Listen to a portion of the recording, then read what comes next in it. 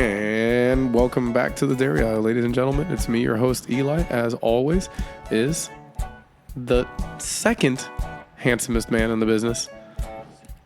Yeah, second. I'd say second. Go ahead. Am I the first? I was going to say that maybe I might be the first, but I realized that there's a lot of self-loathing and deprecation in this, so That doesn't mean you're not handsome. I'm probably like the 19th handsomest person in the business. Because of your caricature. Yes, exactly. Well, I guess I'm the number one most handsome man in this podcast, James. You actually got your name right. I did it this time. Yay, everybody. Woo! Round of applause for James.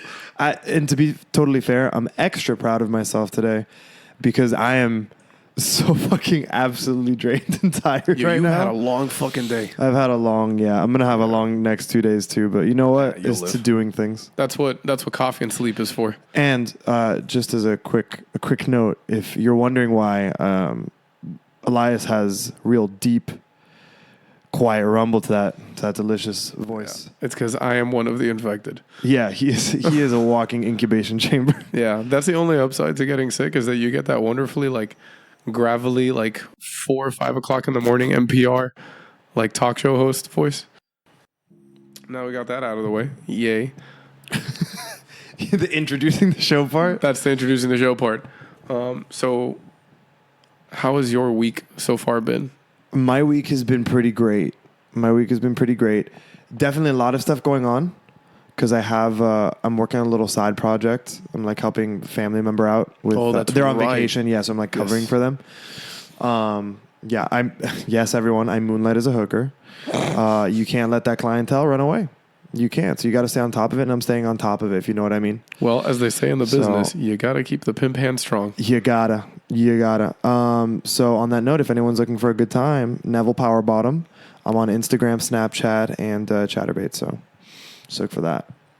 But other than that, though, looking good.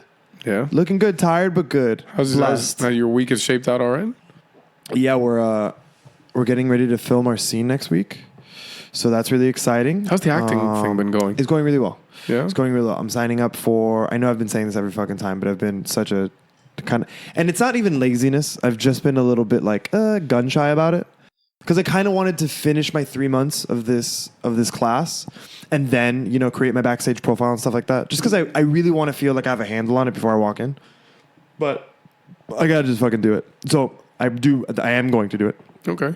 So I can start getting that work. Sweet. Well, I'll see if I can. You will. I will eventually see you on a daytime soap opera, which will eventually lead into your own Netflix special. Mm.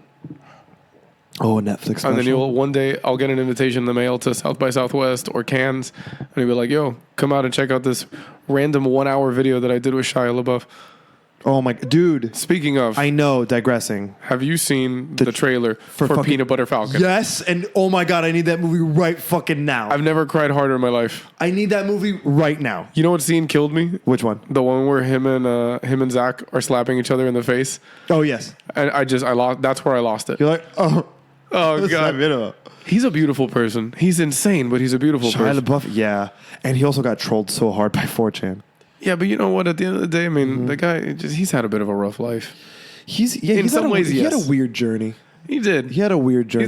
He's definitely I like that he still does movies and he still does passion projects and shit like that. And he's genuine. Yeah. He is who he is. At least it seems like, I don't know if, I guess you could put on an act like you're as the young kids would say, nuts. He's living his truth. Yeah. He's living his best life. Yeah. Good for him, man. I think. He seems like the kind of guy I wouldn't mind spending the day with and just talking shit and hanging out. Yeah. You know what? Shout out to Shia. Yeah. If you're listening, bro, keep it up, man. You got this. You know what? This episode's for you, Shia. I believe in you, man. Yeah. So that's it. You don't got anything else? Your week's basically just been my week's kind whirlwind. Kind of a whirlwind. We're also getting ready to move soon, so it's been like that. Getting all of the logistics for that, kind of squared away has been fun. Word. Taking care of 2 extra dogs, so that's another thing. Oh God. But we do it because we love them. Yeah. We do it because we do it.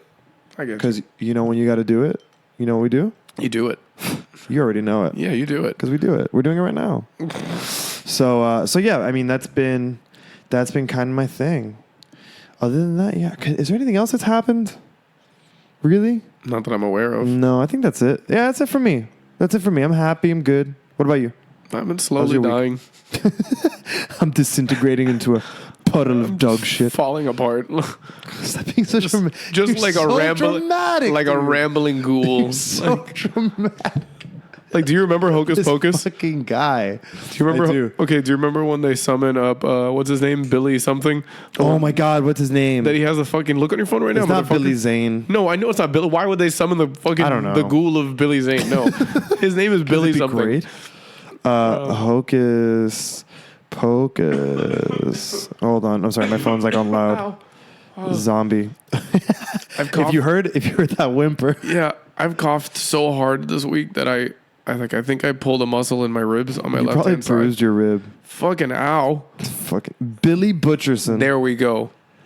And do you remember the name of the cat Salem. / love interest? Salem. No, come on. What's his name? What's his human name? Oh, his human name? Don't ask me. I'm not. Are you ready? I won't even front to the Disney crowd and say you that ready? I know.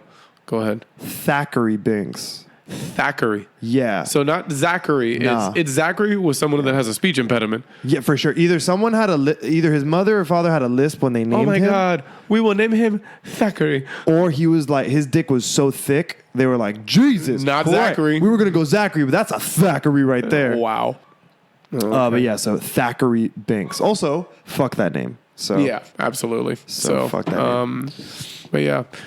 So you're slowly dying. You pulled a muscle from coughing. Yeah, and now I feel like Billy Butcherson. Like I'm just this ghoul that's falling apart at the seams. You're just trying to look for witches. I'm just like a dusty old shambling fucking zombie. You look good for a dusty old shambly zombie. For being the 18th most handsome man in the business, yeah, I guess. Dude, you're doing it. So it started like Thursday-ish of last week that I woke up with like a sore throat. It wasn't bad. It was just like, oh, that's really annoying. That's how it Maybe I always slept with starts. my mouth open or something and like the fan or the AC dried it out. No big deal. By the end of the day, it like hurt. Like it was uncomfortable to swallow. Yeah. And I was like, It's all right. always a little uncomfortable at first. Yeah. And I was like, well, let me do this the old school way and let me just do like hot saltwater gargles and kill any infection that might be That's in that there. abuelita cure right there. Dude, that's fucking That's that abuelita. brujeria. Oye. A tirar caracoles. Oye, agua y sal. Dude. Y dale un poquito de limón. Oye. Yeah. Bam. Hazle una sopa de pollo. Oye. So that was really obnoxious of us. I'm sorry. Dude, I peaked so hard on the oye. She's going to kill you. So I did that and I fuck. kept doing that like every day. And every day I just got worse. Like it's not that the salt water wasn't helping because my throat wasn't like it maintained an average level of discomfort. It didn't get worse. Yeah. Your throat was still garbage. It just wasn't more garbage. Yeah, exactly. You know? So, and then like I got the body aches, and I got like the small fever. Like I got a fever that I don't even know if it constitutes a fever because I only got up to like 99.8 degrees. I think they consider a fever when you break triple digit. Okay, so I never got there. So I think they call it pre-fever or soft fever, I something think like it was that. probably like a fucking bitch fever, more like it. But That's basically what they want to tell you when you go to a doctor. Or like, yo, hospital. you had a They're bitch fever. Calm Look, down. you got bitch fever. Yeah, Why don't you go home? You know, maybe fucking try to figure out your life. We should make some shirts that say bitch fever on them with like a little design. It has like an electron, like a digital thermometer, and it says 99.8. Yes. But it's being held by like Bitch fever also sounds like a really dope, either like 80s hair metal band. or it sounds like a mid to late 90s rave resurgence Russian techno group. Dude, fuck yes. Or, I'm dying. yeah, you are dying. But you know what? We got episode 10 up before the death. We did. That's it. I cranked out We 10 fucking episodes. did I'm it. good. I'm going to pop one of these fucking... So Shout out to Ricola, by the way. You guys are lifesavers. Thank you. If you'd like to sponsor us, you can contact us at thedairyisle@gmail.com. yeah, we love the Swedish, if that's where you're from. If you're not, I'm sorry I offended you, and I love whatever country you are from. But I think it is Sweden. Because they yodel in the commercials, right? I think so. Miel herba. So, all right, cool. So you're sick as fuck. But that was my whole week, was just being great. sick. And then That's great. I thought I had pink eye on Thursday. Yeah, everything really happened on Thursday, huh? Well, no. It was Thursday of last week was when Okay. I got sick. And then this Thursday, otherwise known as yesterday, either it was Thursday or Wednesday, that I was at work because I had to go in. And my right eye started to really bother me at like 2 in the afternoon. I go to the bathroom. I go ahead and I like wash it out, and I've got like eye boogies in the corner of my eye. And I was like, oh, okay, whatever happens. There's a lot of dust in the store. Yeah. I clean it out. I literally made it from the bathroom back to my department, and one of my friends is like, yo, you got white shit in your eye. And I was like, what the fuck? I turn on my camera. I put on the selfie cam. I love the graceful way your friend told you, hey, you got some white shit in your eye. Yeah, no, literally verbatim. Like one of my coworkers was like, yo, you got some white shit in your eye. And I was like, thanks. Hopefully it's not semen. So I turn on my selfie cam. I look, and there's like literally like a strip of white like eye boogie like underneath my eye. And I was like, oh my Like God. eyeliner? Like it's attached to your eyelash? No, Or what's going on there? it was like sitting on like the edge of the eyelid that touches your eyeball. Yes. Okay, so this happens to me all the time, actually. If I sleep with my contacts too much. So yeah, I know what you're talking Right. It's about. like an infection almost. Yeah. And I was like, that's not normal. And so I clean it out. I notice it keeps happening. I was like, fuck, I hope this isn't pink eye. Right? And I'm there trying to think, like, how the fuck did I get pink eye? Like, I've been washing my hands like crazy, yada, yada, yada. You pissed your wife off. Apparently. She shit on your face before you woke up. Just fucking right into the eyeball. Spurp. And so finally, like around 4, my left eye starts itching. Mm-hmm. And I'm like, you fucking kidding me? Double pink eye? Dude, you can't. Double pink eye is like a hat trick in hockey. Yeah, get the fuck out of here. Like, give me a prize or something. Killing the game. My department head was like, yo, go home. Like, you look like shit. And I'm like, yeah, Dude, your coworkers are so great. They're the best. They're so mean. Hey, you got some white shit in your eye. Hey, can you go home? You look like shit. Yeah. There was a lot of terms of Spanish endearment in there. So it was more along of like, papi, oye, you look like shit, bro. Oye, está de pinga. Yeah, Vete pa la casa. Está podrido. So I fucking tipped. By the time that I picked up Mills, I couldn't drive home. Both my eyes were just covered in white stuff. It looked like I was coming out of my eyes. Oh, wow. It was gross. Yeah. That's delicious. And so we get home, and Millie was like, what the fuck? I looked it up. Turns out that it's not actually pink eye. It's just that sometimes when you have a really bad cold, especially if you've got like a sinus infection, sometimes your eyeballs will be like, I'm going to help out. And they'll just start pushing mucus out of your eyeballs, like through your tear ducts. So your eyeballs are like Venusaur? They're just trying their best. They're doing all they can. I'm going to help you out, dude. I got you. So that's been my whirlwind adventure. Well, that sounds horrible, and I'm glad you're feeling better. Legit. You know? I was telling Millie today, if a fucking sorcerer came up to me and was like, I will turn the time backwards to the day before you were sick, and I'll remove all your sickness, but you got to go to work every day, like that you were scheduled, would you do it? But like, fucking yes, I would. Absolutely. Yeah, that's a super clean trade. Like, I hate being sick. That's I hate a very clean trade. 100% I hate it. It's not the same as when we were kids. What do you mean? When we were kids, you took a sick day off. It's like, fuck yeah, I don't got to go to school and I'm getting pampered. Like, this is going to be dope. Sure, yeah. I get to stay home, watch fucking cable TV all day, shit. Play video games. Yeah, this is going to be fucking awesome. Pretend to cough every once in a while. Yeah. Because Now I'm sick. Now you get sick and you're like, not only am I losing money because I'm not at work, but like, it's not even fun. It's not like I could go out on the town and like get shit done and do errands. Oh, yeah, no. No. It's just sequester yourself in your room or on the couch and wish that you were dead. Yeah, pretty much. That's how I felt when I had my stomach virus. Also, I was like, I'm gonna die. I've had an unnatural level of chicken soup this week. Like, it's been preposterous how much chicken soup I've had. Just gallons of chicken soup. Can I buy this by the bag, please? I've had 4 chickens worth of chicken soup. At this point, I don't even need like noodles and carrots. I just need a bag of unfiltered chicken broth and a live chicken inside of it. I think I'm just gonna IV that into your arm. Well, so that's basically it for. So yeah, that's fucking horrible and shitty. And and genuinely, I am glad that you are feeling better because I love you. Yeah, I'm gonna go to the Minute Clinic tomorrow because I need to get I need to get a cough suppressant, bro. Oh, okay. Yeah. I mean, it sounds like that's what was really fucking. I gotta give my body some time to relax from this cough because the fact that I straight pulled a muscle or bruised a rib from coughing, that's unacceptable. You should also. It also might mean you need to work out those rib muscles a little more. It might mean that you need to shut the fuck up. You know what I'm saying? I'm just saying. Maybe get a little bit of that oblique crunch. You can see yourself out. So announcements. Announcements time. So it has not fucking stopped raining in this city. I feel like this Forrest Gump. Like one day it just started raining and didn't stop. Man, I like the rain though. I fucking don't. I fucking love the rain, especially when you're sick. But here, you know what the problem is? Is that the days that I stay home when I'm sick, the weather is fucking beautiful outside. It's like a goddamn Norman Rockwell painting outside. It's like life is just taunting you. And the day that constantly the day that I feel good enough to, I'm like, all right, baby, I'm okay. Let's go to work. Yeah. There's like a Taiwanese monsoon outside of my front door. I'm like, God damn, are you kidding me? Really? I just want to kayak with my baby. It's fucking horrible.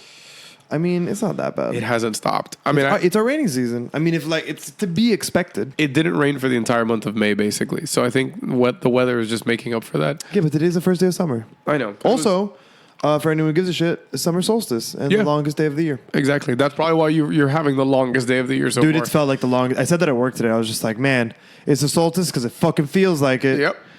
Fuck yeah, dude. Oh. All right. So, it's been... Also, I have now developed... And when I say developed, I mean I wrote it down briefly in my phone. I've developed 2 new pieces of material for my future stand-up bit. Oh, excited about this. Yes, I am going to be discussing the fact that TJ Maxx sells way too many wicker accessories, including baskets, and someone needs to stop them. And number 2, why the fuck, when I go to buy grapes at the supermarket, why do I have to commit to such a big bag of grapes?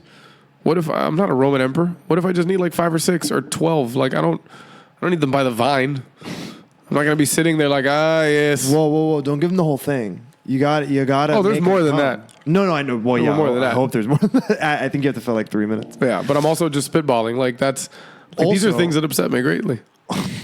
What? I don't want all these fucking grapes. What day is it happening, or what? Like what? No, there's nothing happening. I'm just telling you that I've developed some things in my head. I know, but when is this open actually? mic? Well, they have open mic all year round. But I'm saying, when are we committing? Because we said end of June, but it's already end of June, and we're not there yet. Yeah. You know what I mean? So, are we going into July? Probably not. I've got some other stuff going on life-wise that it's not an excuse. It's just that it's legitimately more important things, like job-related things. No, that's fair. That require my attention and my focus. We've also got some like big house projects coming up that again require my attention and my focus. I would probably shoot for later in the year, like sometime in fall, like September, October. Mainly because it's due September. Mainly because it's before the big holiday season kicks in. Sure. And it's also like, all right, now we're kind of out of summer. Everyone's back in school. Like, it's a little more like, I don't know. I get this vibe like it's farther away from the current date. Yeah, no, it is. Look, I say September. I think September's I'm going to pick a comfortable. weekend in September, and it's going to be our hard date. And we'll find out if they actually offer open mic that weekend. I'm sure they will. And if it's not that weekend, it'll be the weekend before or the weekend after. All right. But we're going to set a hard date in September. Because that's how we do it. I have to also get over the mental like hurdle that I'm like, I don't want to bomb, obviously, because no comic wants to bomb. You're going to eat shit. Yeah, but like... I'm going to eat shit. I want to do it. Like, I want to get over that hurdle where I'm like, yo, it's okay to bomb. Like, you kind of need to. Yeah, and you're not... You need to get it out of the way. You're doing it. It's like... It's as if you were to like pick up a guitar and it's like, well, I don't want to fuck up. It's like, but there are some people that are naturally talented though. Yeah, for sure. But even still, even if you're naturally a funny person, you still need to learn how to perform to a crowd. Yeah, right. Like there's so much technique that goes into. Funniness. Yeah, no, but also like reading your crowd, bringing your crowd along, knowing what jokes to say to like bring them to your side. How like honestly, like the comedians are very good at literally controlling the entire emotion of a room. Like a lot of work and time and effort goes into that. So it's going to take time. It's going to take, and it's going to take bombing and stuff like that. Every major comedian has bombed hard, even into their career, like where they're like established, they've bombed at some because they'll say something and people are just like, meh. Or it's just like the wrong room, you know, and they're just like, I'm not feeling you at all. Yep. You know, it happens. So that's it for announcements. Yay. Cool. However, we do have a new Patreon again. Ooh, a new patron. A new patron, yes. So this is going to be, whenever we have a new patron, we're definitely shouting them out. So this will be... Did I call them a Patreon again? Yeah, you called them the website. I'm an idiot. That they pay. Yeah, it happens. Patron. I'll knock that one up to the sickness. Oh, don't worry. I'm going to fuck up so many words along the rest of this episode. I'd like to know what our new words are. Oh, I can't wait. I'll say them randomly. Thank you. I'm losing what I was going to say originally anyway. Well, we're going to talk about our new patron. Our new patron. So our new patron comes from Orlando, Florida.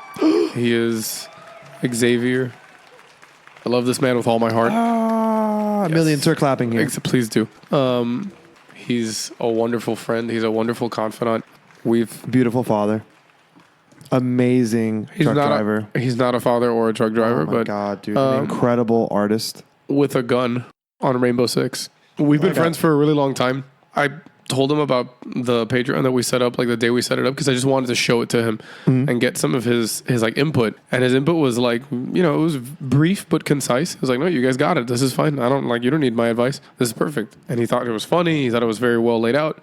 And that was it. We never spoke about it again. And then like randomly I got an email the other day that I had a new Patreon subscriber, and I was like, who the fuck? And I see that it's him, and I was like, oh, my heart beats still. This motherfucker. If I could hug him right now, I would. So again, shout out to my boy X. I love you, man. It means a lot that you're willing to donate your hard-earned bucks to our little pet project. I want to assure you, as I've told you in the past, that the money that we're earning now in the early days of the Dairy Aisle goes straight back into the show to get us better equipment and to get us better access to just general stuff that we use or that we can use to bring you guys better content. You know, so your money is going directly into the show. It's not going into my pocket or James's pocket. We're not using it to buy food or anything. Like, we actually have like an Amazon wish list that has like products that we need or that we feel we can use for the show. And we also have like a list of stuff we want to do for future episodes that might require some sort of like financial input. And it also, now we can use some of that money, you know, get Elias to a doctor, maybe figure out what the fuck is happening. We're gonna start we're gonna start a Kickstarter. To get me health insurance. Yeah, right now it's basically like a St. Jude in here. Thanks. You know, we need to figure this out. I hate you. Joe DiMaggio Children's Hospital. X, I don't know you, but I appreciate you. And it's amazing that you find our show valuable enough to support. And honestly, from the bottom of my heart, thank you very much, dude. And I hope I meet you soon. Yeah. And thanks for enjoying. It's going to be great. Because it's awesome.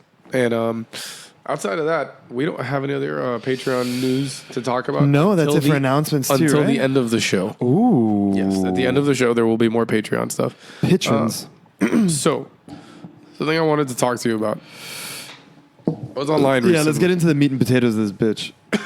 I was online recently, and I heard about this shit called the Human Library. All right. The human what? Library. This sounds like some like Blade shit. Like vampires have a library of I know humans. what you're thinking of. Like these like hermetically sealed people in like bags. Oh no, that wasn't Blade. That was what's the fucking movie? That wasn't Daybreakers. Blade. But they had it in both movies. It was in Blade 3 and in Daybreakers. It was in Blade 3? Yes. I don't remember Blade 3. Blade 3 is like kind of like a fever dream. It's like a fever dream. It's like, oh god, I wish this didn't happen. Oh, Wesley Snipes was there and he was with Ryan Reynolds. What? I know. Jessica Biel had a bow. Weird. A bow made of laser light. Yeah. Patton Oswalt died. Oh god. So there's this thing called the Human Library. Okay. I believe it started in Copenhagen. I have to do more reading up on it because it's fascinating. But basically, it's a library where you go as a person and you rent out another person to tell you like experiences about their culture, their life, their religion, their job, things like that. Oh, cool. Okay. Like you literally do it to get exposure to other people and other cultures and religions and things like that. That's really to fucking broaden your cool. horizons. It's fucking amazing that somebody had that concept. So the library just hires these people to... They just have people on rotation. Like you can go there and be like, I'd like to rent your nearest Buddhist monk. And they'll be like, all right, just have a seat over there. And a Buddhist monk in robes will come out if they're available. They'll sit down with you. Hi, how are you? My name's so-and-so. What do you want to know? And you'll be like, what is Buddhism? And they'll be like, well, how much time you got? Holy shit. Or you can be like, I'd like to know more about what it's like to be a public school teacher. And they'll be like, all right, well, sit right over there. They'll bring you a public school teacher. Shit like that. I'd like to know about politicians. I'd like to know about people who are in the military. Yeah. Shit like that, you know? That's super fucking cool. Apparently, I was reading that Denmark doing it. It's killing it. I was reading that the rates are apparently very reasonable. They didn't really list a price, but they said like it's cheaper than one would think for renting a person. Well, I mean, you're not renting a person.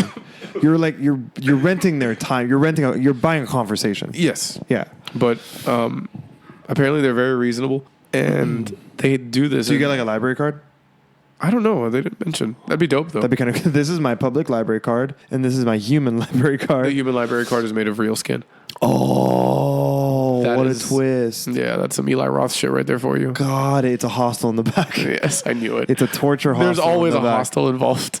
There's always a hostel. So I just figured I'd mention that to you, and I wanted to ask you what your thoughts were on it. If you liked it, if you thought it was stupid, or No, I think that's actually really cool. and what type of people would you like? What would be something that you'd be interested in renting out if you went to the Human Library?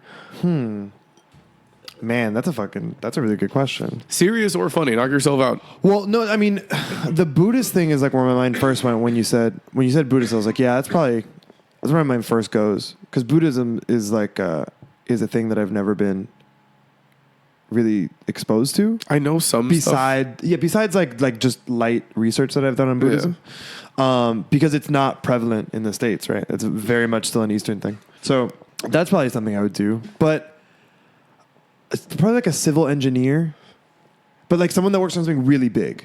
Like I'm talking like bridges, fucking dams, like a civil engineer of that caliber. Yeah, you've done big projects. How does that how does that play out? Because that's so crazy to me, like a project of that size. Right. Who else? Probably like a physicist. I don't even know what I would ask. And that's the thing I was thinking about, that I'm like, you have to have representatives from different religions, like countries, backgrounds, jobs that are good at explaining themselves and what they do or who they are or what they are. They have great communication skills. Because if you're like, I want to know more about accounting, they'll be like, Google that shit. The fuck out of here. I'm not getting Barry from fucking the 14th floor to come down here and talk to you. Well, it's also kind of like an opportunity to have like a, what is this called? Not a diplomat, a fucking, like an emissary for your industry. Or for whatever you do, you know, it's like that monk. It's probably like, hey, spread the word of Buddhism. It's like, oh, this is perfect. Like, there's a really great way to do that where people are like specifically seeking it out.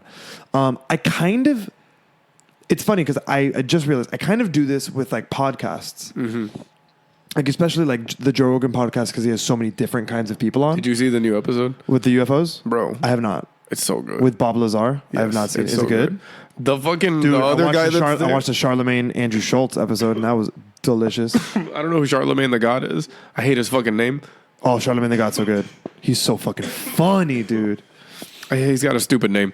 But the guy that was there with Bob Lazar, who's the director for the new documentary that came out, bro, I couldn't stand that guy. Oh, really? I couldn't stand him. Like, he gets so overly hyped for the dumbest shit. And there's a point in the podcast where Joe Rogan like basically comes within a few words of being like, yo, just shut the fuck up for like 5 seconds, dude. Like, just let fucking Bob answer the question that I asked him. Yeah. Hey, why are you here? Yeah, like, dude, you're here as like an add-on. Like, when he thanks Bob Lazar, he's like, thank you, Bob Lazar. It's great having you, blah, blah. And also you. And then anyway, so this is the end of the show. I'm like, yes, fucking yes. I think that guy's the one who like fucking hooked them up though. Who hooked up who? Bob Lazar? Bob Lazar and Joe. Well, yeah, because he's the person who's done like the most recent like Bob Lazar documentary. Before we digress, go back. So I kind of, but what I was saying about the JRE thing. Yes.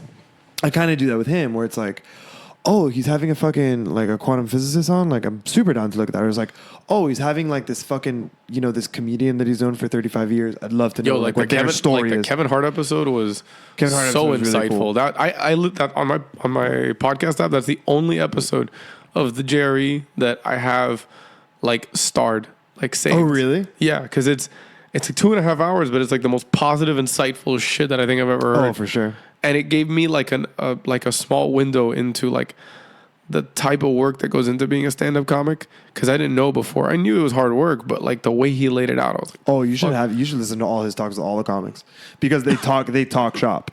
And like, that would be something that I'd like to rent out at the Human Library. Be like, I want to talk to a comedian, or I want to talk to an actor, and be like, break it down for me from the day you landed in Hollywood to the day you got your first Oscar, like, and everything in between. Yeah, like what was your mindset? What did you go through? Like, what was like the hardest part for you? Basically, the long form version of like the late night talk show interviews. Yeah, which is basically what like those podcasts are. Right.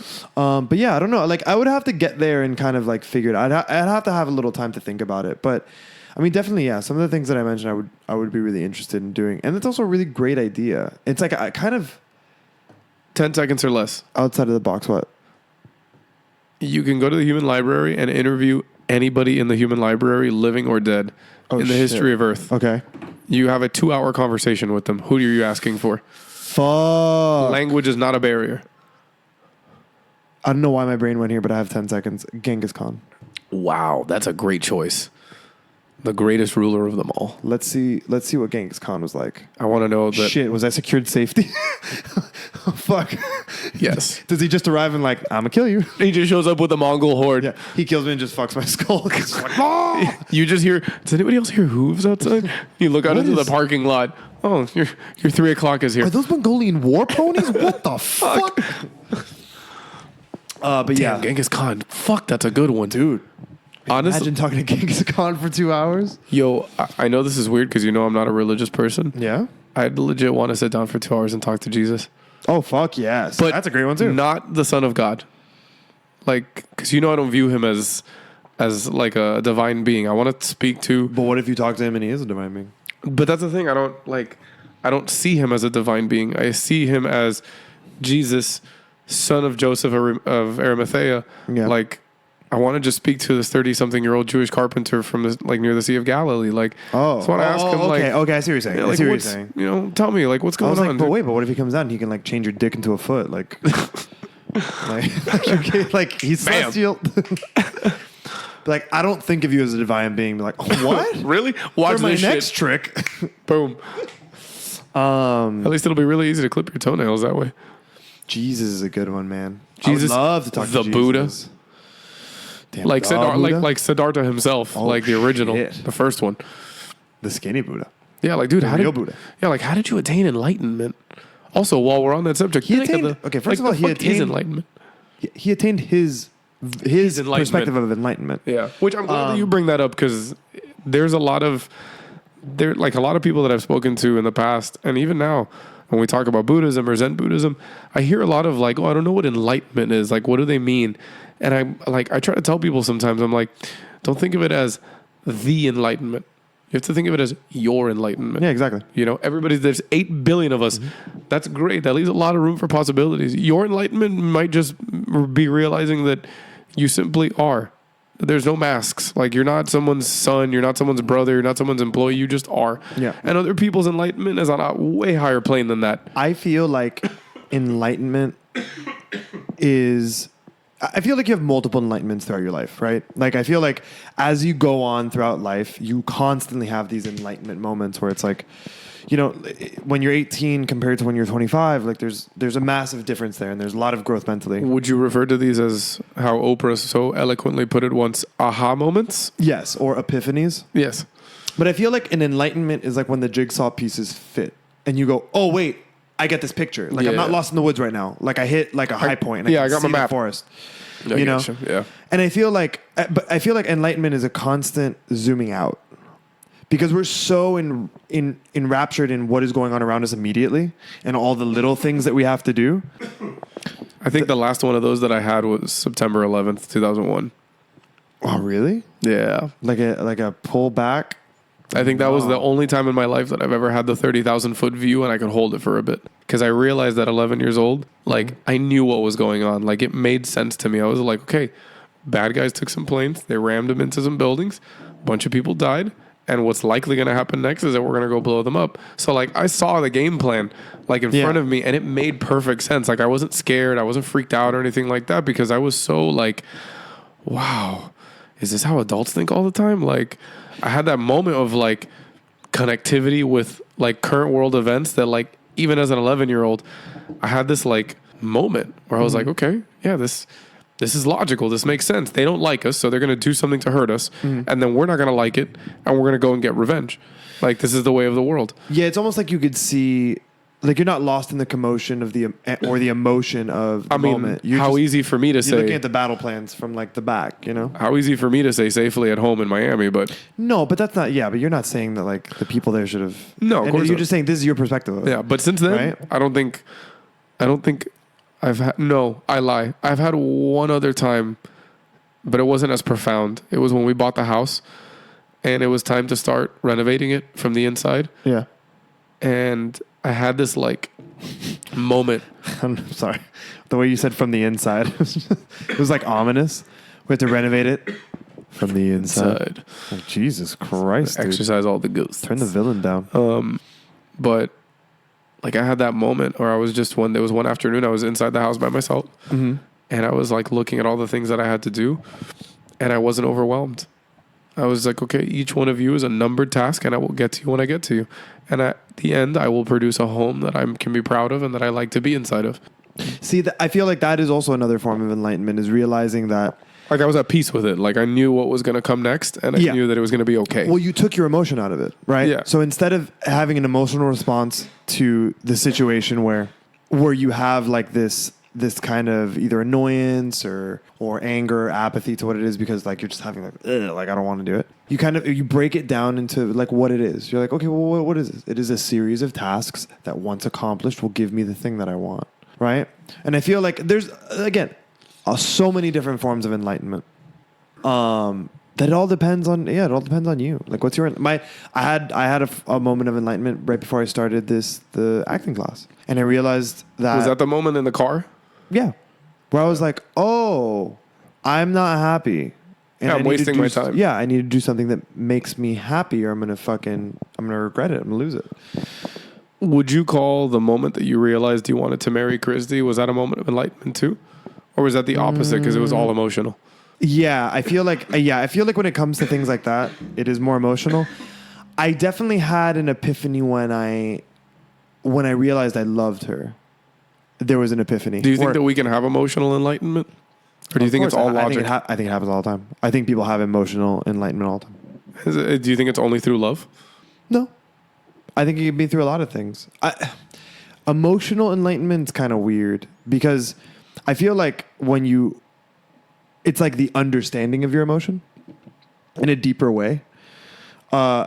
So I don't necessarily think that like the emotion is the enlightenment. I think your understanding of it cognitively is the enlightenment. So when you have, like, I realized how much I loved Christy because I was holding her. Like, we were just like, we were cuddling and I was Big Spoon.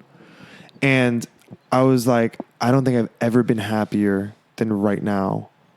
Like, just the feel of her back on my chest and my arms around her was euphoria. It's an all-encapsulating moment. Yeah, and I was able to think about it in a way that I was like, oh, I would fucking kill people for this girl. Yeah. Like, I'd take a bullet for... Like, there's no... That was me, like... There's my girl. That was me, like, 2.5 years or 3 years in with Mills. Mm-hmm.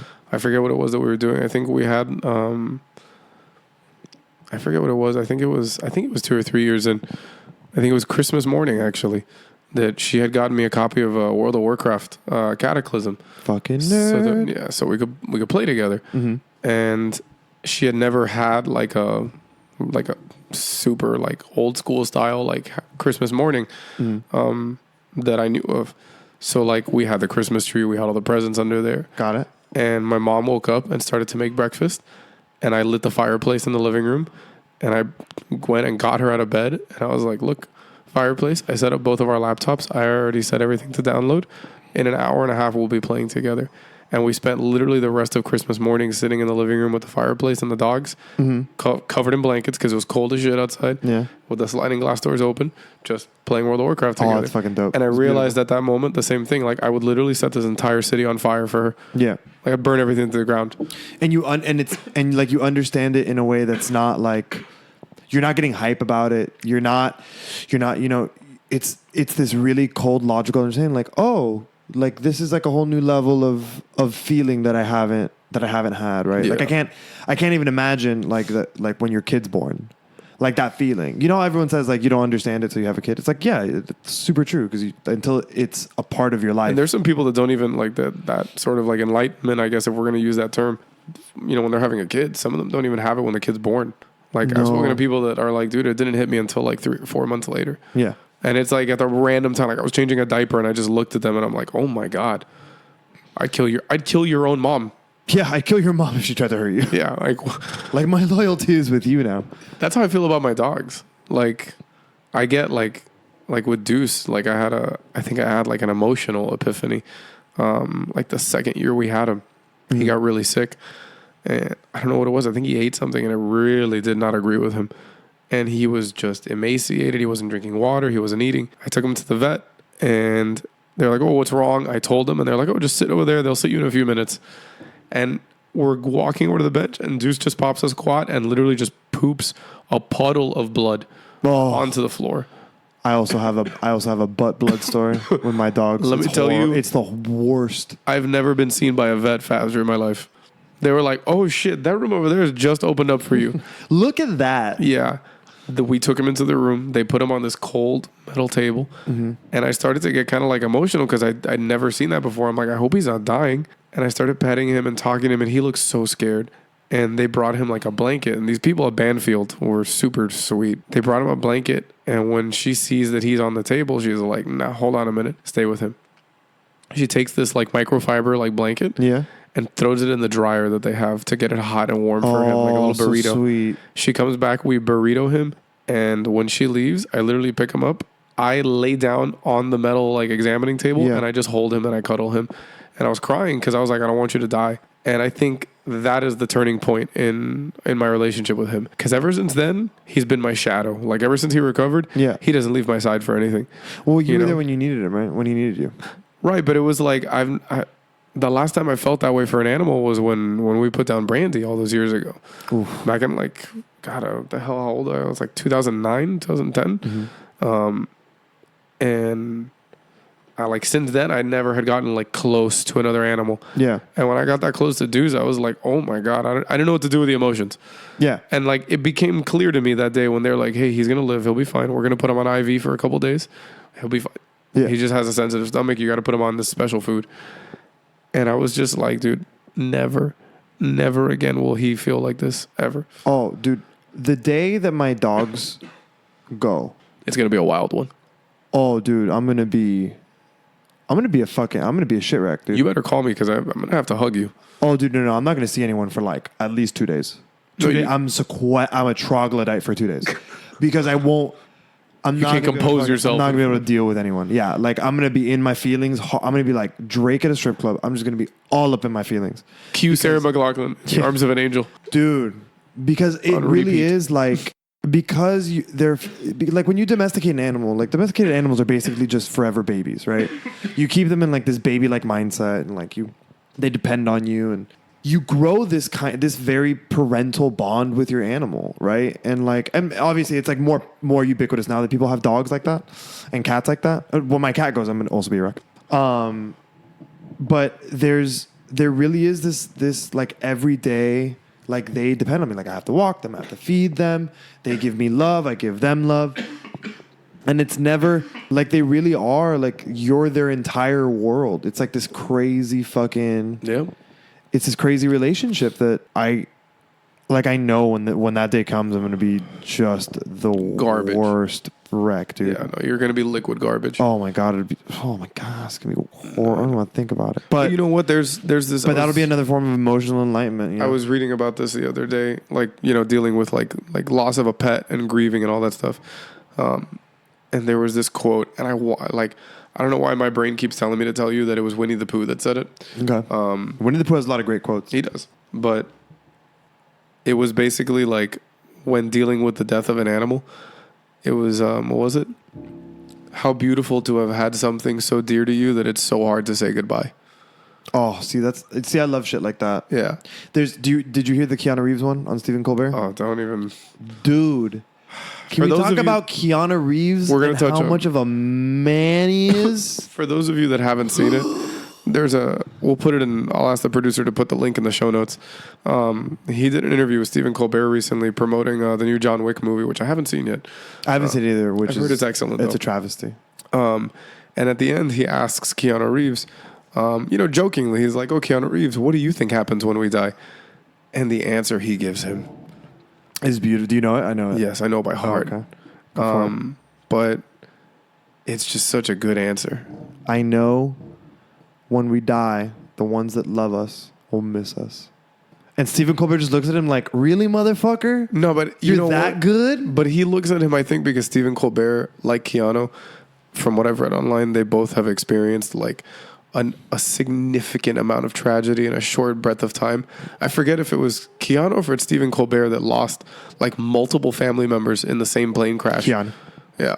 And like that kind of tragedy so suddenly and so quickly, I think it does things to you, and you have to make a choice. You have to have that like emotional enlightenment and the logical enlightenment at the same time, where you say like, how do I deal with this? And what does this mean? Well, I mean, it means whatever you need it to mean. That's the beauty of tragedy, is that it's got no real definition. But you have to. I mean, but you have to like ask yourself, like, yeah, but like what does this mean for me now? Like, what is? But like what I was talking about was September 11th recently. Like that was a tragedy, but that tragedy meant different things to different people. Oh, for sure. Like I know that there were people that saw that tragedy and it meant to them, there are actual bad guys out there. I must go protect my family and my friends from them. And they literally stopped what they were doing. They drove to the nearest recruiting station and they'd say, I'd like to join the army, please. Yep. And they did it. They no hesitation.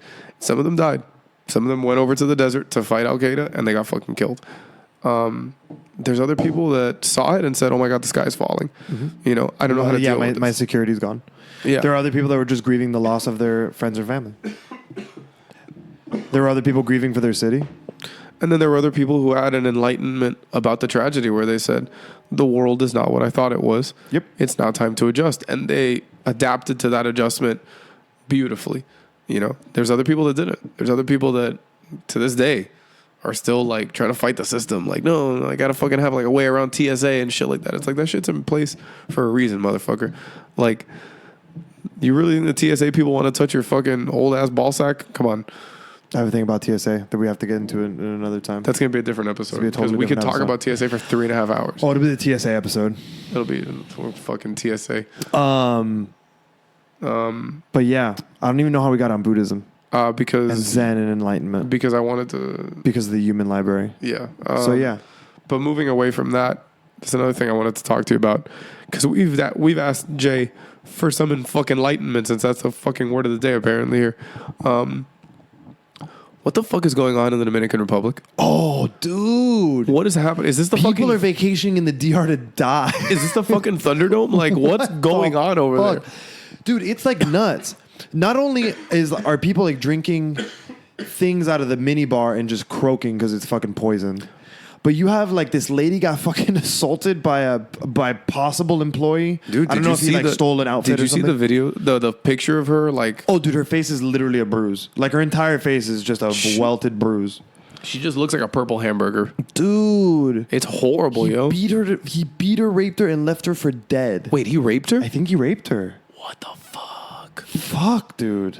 No way. And this lady's in a resort. Like this, they're not like, oh, we're going to go explore. Like she's in a fucking resort. And she gets assaulted. These people are and all of this is happening in resorts. I remember so these hearing people are her like story. having drinks, fucking croaking. I think she like got up to go to get snacks or something like that. Yeah, she got like sort of like disoriented, like walking through the hotel like plaza. Yeah, I think she was gonna ask her husband too, and she decided not to. She didn't want to bother him. Yeah, and then like she remembers. I think if I'm talking about the same lady, she remembers like walking down this big ass hallway, and she heard like footsteps getting faster and faster behind her, and she's like, before I got turned around, I got fucking tackled to the ground. Yeah, the same lady. He threw me down a fucking staircase into like a supply room, and he beat the ever living shit out of me for like 7 hours, and then just left me there. It's like nobody found me for almost a whole day. That's so horrible. Like, how do you trust people after that? You don't. You don't, right? You don't. I mean, you trust those closest to you. You trust your husband. You trust your kids. Yeah, but like, you trust your parents. Any stranger is like not. You could literally, for all I know, you can trap me in a closet and beat the shit out of me. Like, yeah, but also like that. Like I have that mentality now, and that's never happened to me. Like I view everybody on the street suspect as fuck. Yeah, no, for sure. But you're a fucking. We also don't know what city she grew up in or what kind of childhood she had. Like I think you're that a worrywart though. I am, but you're neurotic. Being that keeps me safe. We also don't know like what city she grew up in, what kind of upbringing she has as a kid. Like maybe she was just like this really like happy-go-lucky, trusting person, you know? Shit, not anymore. No, fuck that, done forever. Oh, for sure. Any innocence that was left is also, gone. Apparently, according to an article I read in the Wall Street Journal, there have been something like 1,600 reports of food poisoning just in 2018. Yes, it's ridiculous, and it's all coming from Punta Cana. Like this beautiful resort that's there. That I think it's the Hard Rock has their hotel and casino there. I have a theory about this, by the way. Why isn't this happening in Mexico? You want to know why? Because that shit's run by the cartels, and they are a well-oiled machine. And you don't fuck with their money.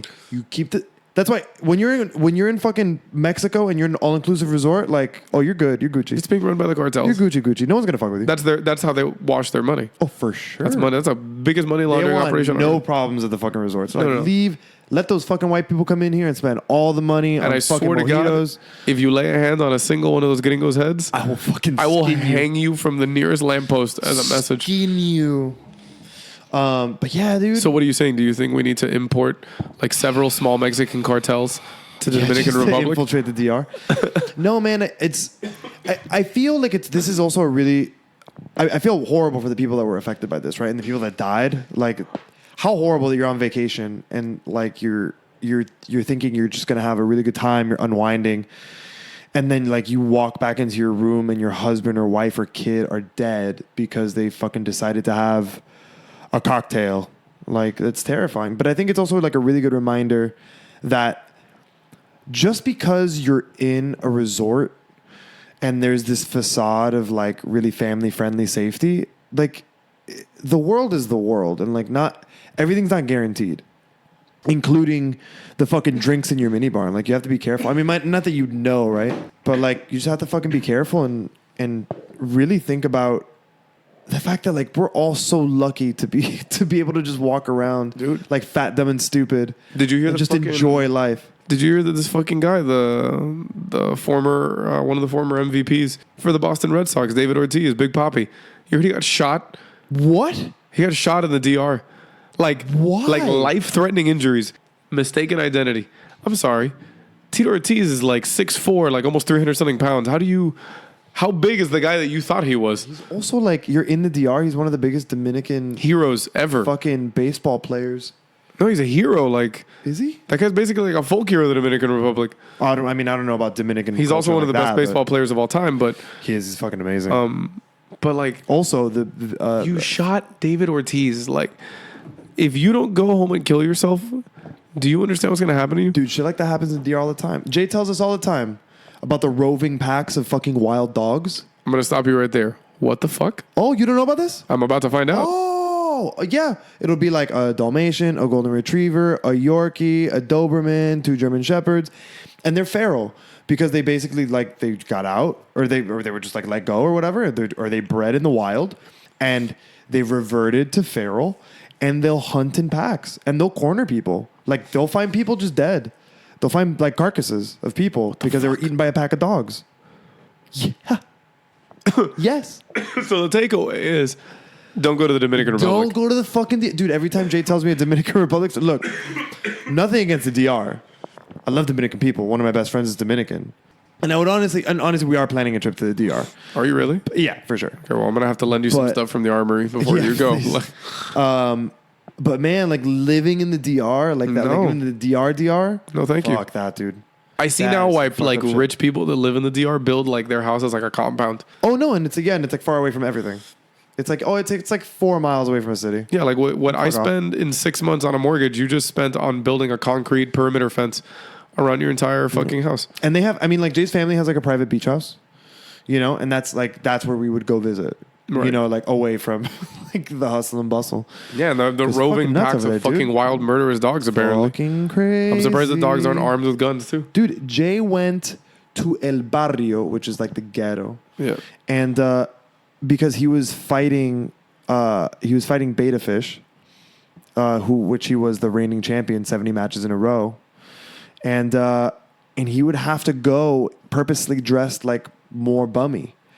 Like he'd purposely wear a shirt with holes in it. He'd take like his chanclas wouldn't match, like all this shit, just because like they would. If not, he would get mugged. What a ridiculous life to lead. He fought beta fish, like in a beta fish fighting ring. That is the most Caribbean adaptation of cockfighting I've ever heard. Dude, he trained the beta fish. He learned ancient Chinese beta training things. He kept it in a car battery, and he would keep it with a banana leaf that would basically give it this special coating so it would have like armor.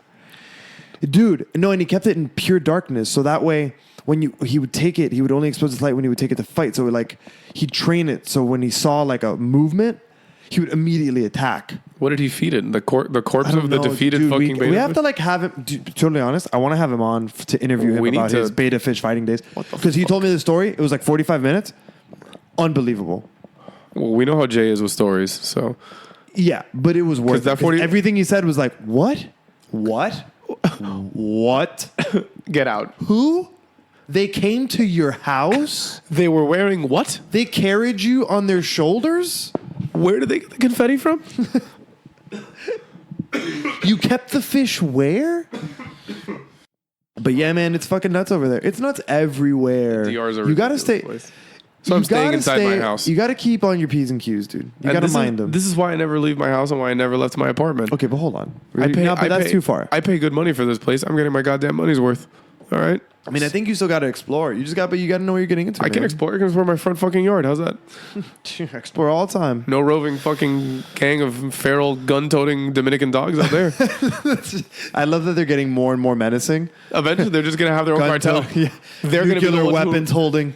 Good Jesus Christ. Yeah, man, but it's nuts over there. I mean, the DR, people are dying in the DR going to resorts. OJ's got a fucking Twitter. Bro. He almost has saw- 1 million followers. Which, you know what? What's up, Twitter world? I mean, listen, get it, Juice. Like, I know, for sure you're not. Oh, come on. For sure you're no, guilty and you killed those two people, no. but get it, Juice. You're gonna be- What is he doing on Twitter? Get off Twitter. He's gonna be back in jail. Doesn't need to be on Twitter. Stop gatekeeping. He's gonna be What? back in jail in like 2 weeks. He's not going to be back in jail. He was never in jail. Yes, he was. What was he in jail for? He was in jail for what's it called? Some bullshit. Was it abuse or murder? Some bullshit like that. Yeah, whatever. Listen, the reality is that what we really got to talk about is the fact that Cuba Gooding Jr. got arrested. That wasn't for like a movie? No, That wasn't like I we're don't- doing a movie and no. people are saying he really got arrested? he really got arrested. For what? Apparently, somebody's charging him with sexual molestation. I believe, Really? and it's on tape. Like, and it's the weirdest, No, most awkward. Like, no. he just reached over and did this like weird exploratory, like claw-based, like titty grab, and like it was like On what are you- who? Wait, well, I don't know. I haven't read the fucking story because I want to know the details. You're gonna have to. Is look this a up- Me Too? Did he get Me Too? Did Cuba Gooding get Me Too? Maybe. Wow. I mean, you're named after a Caribbean island, so. oh, come on, dude. But Cuba Gooding Jr. is like, he's that guy. What was the last movie I even saw him in? What, Trial Radio? of OJ. The fucking real OJ That was trial. not true. I was gonna say movie, but Well, but might like as that well was have like that blew up. That was a big thing. yeah, it was. What's it called? What was it called? What was that show called? The People versus OJ Simpson. Yeah, I think. there you Yeah, it was the People Bam, versus the People OJ versus Simpson. OJ. He plays OJ. Yeah. Well, we'll eventually cover all these things in more detail. We'll probably see if we can sneak some links into the show notes for everybody. Oh yeah, for sure. So the next thing that I wanted to talk to you about, it's Okay. kind of silly. Okay. What do you think about this new Harry Potter game that just came out? The new Harry Potter game that just came out. Yes. Oh, Like, what do you think about like a Pokemon Go? I'm gonna play with it. a Harry Potter skin. I'm gonna play it. I think it's more than that. Already from what I've seen, I think they have like different activities, right? Because it's not the same thing. It's not Pokemon, so you're not catching Yeah, target monsters. Exactly. You're probably like expelling Dementors. You're finding different fantastic beasts. Like there's gonna be like a lot of different things. I think you do. I don't know. I'm interested to see. It's doing well, right? You were saying that it had like 600,000. I think when I downloaded it this morning or something, or this afternoon, I think it was up to like 500 or 600,000 downloads just on the Google Play Store. I mean, the iTunes store has to be ridiculous too. I'm sure it's it on is. its homepage. Like the Yeah. second you open up the App Store, it's fucking Wizards Unite same thing all with over that mine. motherfucker. Yeah. I think it's cool. I think it's a cool concept. I like the fact that it gets people outside. I don't know. It's a fucking thing. It's gonna blow up and then it's gonna die off. Now that we're talking about video I think games, it's gonna die off faster and harder than Pokemon did. probably, but that's Because- because it's very niche. Niche. Niche, either one. Depends how French you want to be. True. Now that we're talking about video games, we're going to come back to something we spoke about in the previous episode where we had touched on E3 briefly, since now we've seen more stuff. Wait, you want to have a whole recap? Not a whole recap. I wanted to have maybe like a special episode or recap E3 and the excitement from it. All right, fine, then I'll fuck off. Because there's a lot there and I really want to talk about it because I'm a nerd and we're nerds and there was a lot of cool stuff. Okay. Well, I did have a question for you. Give it to me. How do you feel about this being our 10th episode? I feel great about it. I'm really proud of us because double-digit episodes means months of work and staying consistent and staying disciplined about it and getting episodes out when we're supposed to and editing it. And I'm really, really proud of where we're at because not only are we 10 episodes deep, but we are just starting, and it feels that way. Like, it really feels like our feet are starting to hit the ground after we've taken off. And we're getting our footing. And it feels really nice. And I love that we have all these constant ideas. I love that we meet. I love that we talk about ways to improve. I feel really good. I feel really good about it. How do you feel? I'm honestly just impressed at this point. that we were even at the attention span. Like, I'm just impressed that it wasn't just like an exploratory thing, that we weren't like, oh, let's do 3 episodes and see how we feel about it. You know, well, I mean, we were psyched. That. Yeah, but we were psyched for each and every single episode. Yeah. It's okay. You don't have to tear up, dude. You go to hell. Millie had him crying.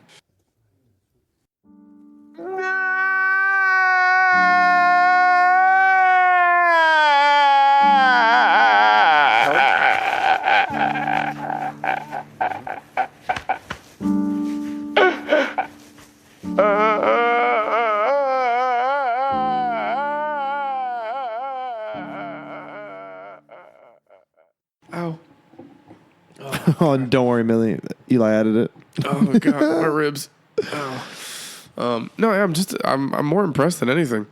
You know, I really didn't think that we were gonna get to 10 episodes because I thought we were just gonna kind of have like another failure to launch, like the first time. Yeah, we were just gonna fuck off after a couple. I'd be like, oh, this is fun, but our schedules don't match, and yada yada yada, and blah blah blah. But it's become more concrete of a thing now, where like it how can I explain? Like, it doesn't feel like a job or a hobby. It just feels like a passion project. Like, this is the thing that I do behind the scenes of my normal life. You know, I think about podcasting. I think about the next episode. I think about how to generate content. Where do I find content if I can't come up with it? And it doesn't feel like work. No, it doesn't. And that's the beauty of it being like a passion project, is that it's a project based upon a passion. Well, but that's how you know it's a passion, is that it doesn't feel like work. Right. It's a thing that you actively want to put time and energy into. And I'm blown away. Like, I know we've talked about it, but I can't stress it enough. Like, I am blown away by the fact that people, and I mean, there are friends, sure, but I'm just like, it's flabbergasting that people give us money for this. Yeah. Well, I mean, even the people took time out to leave a review on iTunes. Yeah, like, exactly. Like, that blows me away too, because I'm like, we don't even fucking know you. Genuinely, like, we didn't ask those people to fucking leave reviews. Like, those are, well, Millie left like the first review to like, get it started, but everyone else is just a person that listens to us. Yeah, they just did it organically. Yeah. They're like, okay, I'm going to take a few minutes out of here in my time, and I'm going to write a review. And it's I love really that. Astonishing. I love that because I know myself, and I know that I don't have it in me to go and like write a review for a podcast or anything like that, or give I've it only 5 ever stars. done it for like a handful. I've never done it. Really, really. I've never done it. I literally just like, I subscribe, I consume, and then I unsubscribe if there's no new content. But like, that's like it. I don't know. Like, the first, I think, I forget who it was. Somebody left us a review on iTunes, and Millie read it to me in the car. And the person was so like genuine and so like straightforward that like I got choked up, because I'm like, damn, dude, like, for us, like, for like the bullshit that we fucking spit into these microphones, because this is just bullshit. Like, this is me having a normal conversation that I would have with you anywhere. Like, we talk like this when we're in the car. We talk like this when the mics turn off. Like, there's nothing new here. We're not putting on a mask or anything when we talk to you. Yeah, guys. we just structured a little bit more so it's a show. But if our normal conversations were this structured, we'd be exhausted every time we met up. Oh, but God. I mean, we're sillier than this in real life. We just can't be that silly with you guys, because then nothing will get through. Yeah, no, for sure. We won't finish sentences. We'll interrupt each other all the time. We're so silly. Yeah. But like, you and I have had conversations that started in one place and ended in places that they had no business being. And doesn't it feel great that we can bring that to people and they actually enjoy it? It does. It feels good, man. And on the real side too, like, it's just made me like a better conversationalist. Like especially at work, like when I'm talking to management or something, and I have to like get like an idea across. It's made me better at it generally. Same thing with customers. It's been an awesome, eye-opening experience. And I'm just like I'm just so excited to keep going and see where it goes and see what other things we talk about and how it evolves, and if if our channel continues to grow, our podcast continues to grow, and the community grows. I really am just like a little kid at Christmas, kind of just waiting to see what happens, and just excited to see like what we unwrap. I want more growth. Like a part of me sees that like we'll post something on Instagram and we'll only get like 24 likes or 35 likes. It's okay. And I'm like, I want more because we have like those are day ones. I know, but I see like we have like I think like 80 or 89 last time I checked. I think like 89 followers, and I'm like, why don't I have 89 likes on this? But you know what? Like I don't care. Like I get like that sometimes, where like I see that we don't have a ton of likes, and I'm like, this is annoying. It is what it is. We're still generating content. We're putting shit out there for people. Dude, you can't get caught up in the numbers, right? Like, and that's what I force myself not to do. That's why I kind of stay away from the Instagram. Oh, we're at 90. Even we're at 90. Yay, we made it to 90. Woo-hoo. It's a testament to the fact that like we're taking this seriously, and I'm glad that we are. Yeah. We are. And it's going to be dope. I think so 10 episodes, this being our 10th episode, it feels great. It does. It feels great. And I love that it's our 10th episode, and you're sick. And I'm like super exhausted. I've been going 6 a.m. Yeah. And I'm fucking absolutely beat. But like we're here and we're doing it. And it's not because there's a responsibility to do it. It's like, okay, I got to go do the podcast. It's because this genuinely recharges our batteries. It doesn't drain us. It fills us. It does. That being said, though, since you're exhausted and I'm sick, and I'm sure we both... Yeah, we should probably wrap this one. We need a lot of sleep. We'll wrap this one a little early. So... I drank from your water glass. Yeah, I almost infected myself. Good job. So, as we mentioned on the Patreon page, the different tiers bring you different stuff, right? The final tier, which is the supermarket tier, one of the things that it gives you is it gives you access to private message us on our Instagram, right? A would you rather, your own would you rather that you come up with as a listener, and then we discuss it at the end of the episode. Okay. So we're going to have one from Gabby, and we're going to have one from Joey. Beautiful. All right, so we'll start with Joey first. All right, so Joey asked. I can't believe we already have audience member would you rathers. Only took 10 episodes, baby. All right. We're fucking killing this shit. Here you go. Ready? No. Would you rather poop in the only toilet at a party, knowing that you'll clog it, or poop in the bushes in the backyard? I'm not going to lie. Does everyone know it's you if you poop at the party? Like, does everybody know if it's you using the toilet? Like, the toilet's backed up.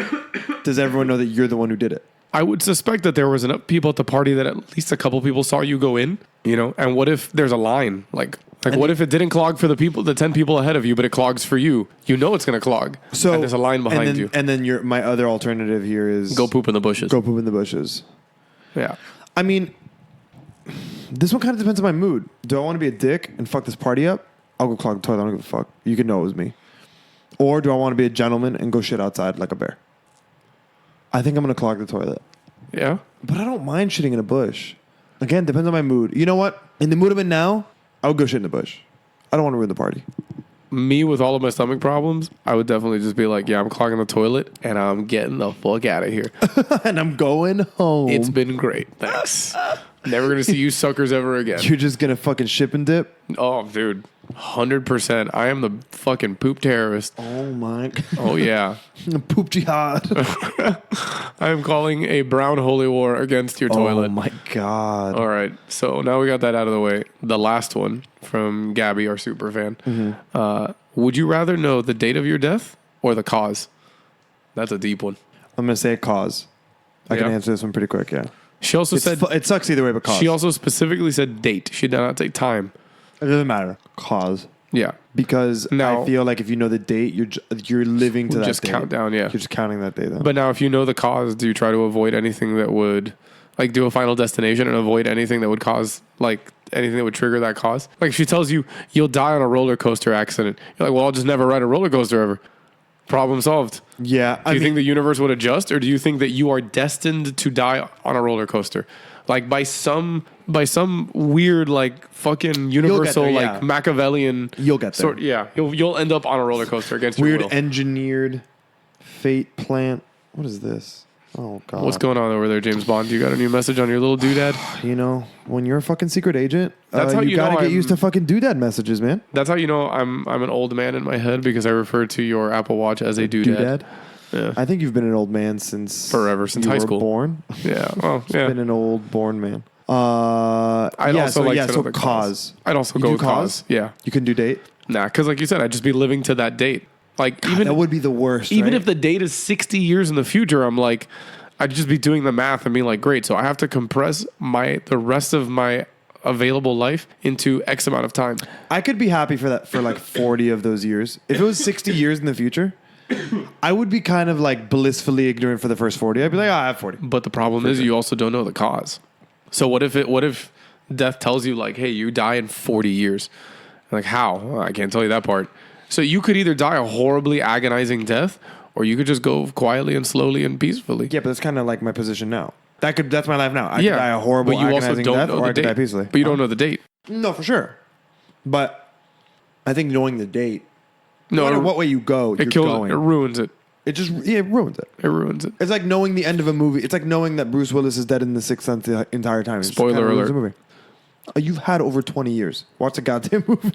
That's like when people talk about Titanic, and they're like, "Oh, by the way, it sinks." Spoiler alert. What? Leo? Does he survive? something. The door is too big. You can carry them both. Something.